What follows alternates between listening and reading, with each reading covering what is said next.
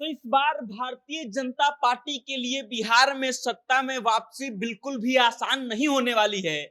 और इसके पीछे का जब आप तर्क और कारण सुनेंगे तो आपको लगेगा कि शायद किसी ने ठीक ही कहा है कि अपने ही पीठ पर छुरा भोंक जाते हैं। अब हम ये बात क्यों कह रहे हैं और क्यों सत्ता में वापसी भारतीय जनता पार्टी के लिए 2025 में मुश्किल होने वाली है, इन सभी मुद्दों पर विस्तार से बात करेंगे, एक एक कारण आपको बताएंगे। लेकिन उससे पहले नमस्कार, मेरा नाम वेद प्रकाश है। आप जनता जंक्शन देखना शुरू कर चुके हैं और कैमरे के पीछे हैं विशाल।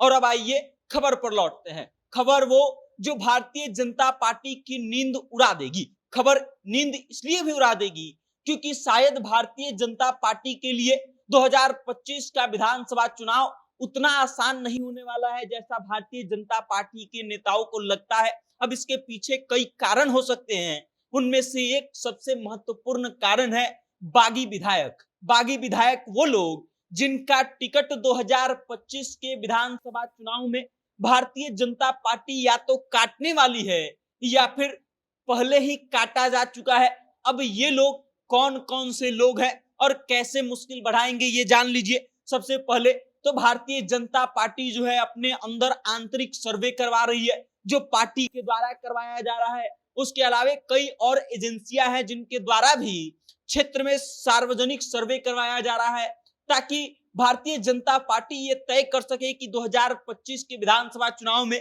किस सीट से किस व्यक्ति को टिकट देना भारतीय जनता पार्टी के लिए फायदेमंद रहेगा। अब इस बार जो सर्वे हो रहा है इसमें कई चीजें खुल करके सामने आ रही हैं। एक चीज, एक पॉलिसी जो है भारतीय जनता पार्टी की कि बुजुर्ग विधायकों का टिकट काट देती है।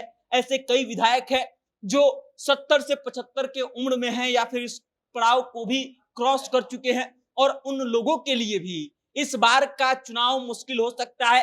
हो सकता है कि भारतीय जनता पार्टी इनका टिकट उम्र के आधार पर काट दे। और ऐसे कई विधायक हैं जो अपने सगे संबंधियों को अब टिकट दिलवाने की जुगत में भिड़ चुके हैं। अगर भारतीय जनता पार्टी उनको या फिर उनके सगे संबंधियों को टिकट नहीं देती है तो ये लोग बागी हो जाएंगे, और बागी होने के बाद या तो ये किसी अन्य पार्टी का रुख करेंगे या फिर निर्दलीय मैदान में उतरेंगे। और जब ये निर्दलीय मैदान में उतरेंगे तो ये लोग भारतीय जनता पार्टी के लिए मुश्किलें बढ़ा देंगे, उनका कुछ वोट काट लेंगे। उसके बाद अब बात कीजिए 2020 के विधानसभा चुनाव की। उन लोगों को जिनका टिकट मिला था और उनका उम्र अब 70 क्रॉस कर चुका है या फिर 75 क्रॉस कर चुका है, मतलब वो लोग जो 2020 के विधानसभा चुनाव लड़े थे, किसी कारणवश चुनाव हार गए थे और अब वो बुजुर्गों की श्रेणी में आ गए हैं, उनका टिकट भी भारतीय जनता पार्टी की तरफ से काटना लगभग तय है। और इसमें कई ऐसे नाम हैं जो पूर्व विधायक और पूर्व मंत्री तक रह चुके हैं। मतलब ये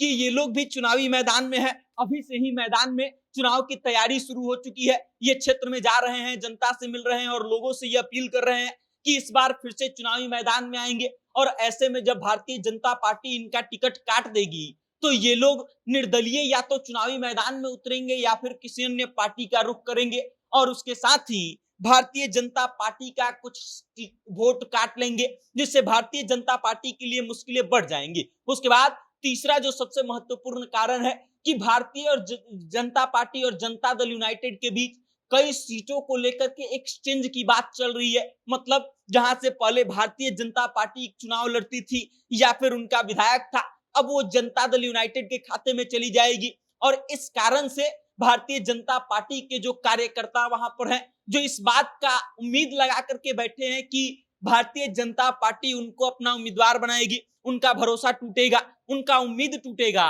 और फिर वो लोग भी बागी हो जाएंगे। और बागी होने के बाद वो भी भारतीय जनता पार्टी का मुश्किल बढ़ाएंगे। अब खबर ये आ रही है कि पहले चरण के टिकट बंटवारा जो होगा उसमें 6+6 के आधार पर टिकट काटा जाएगा।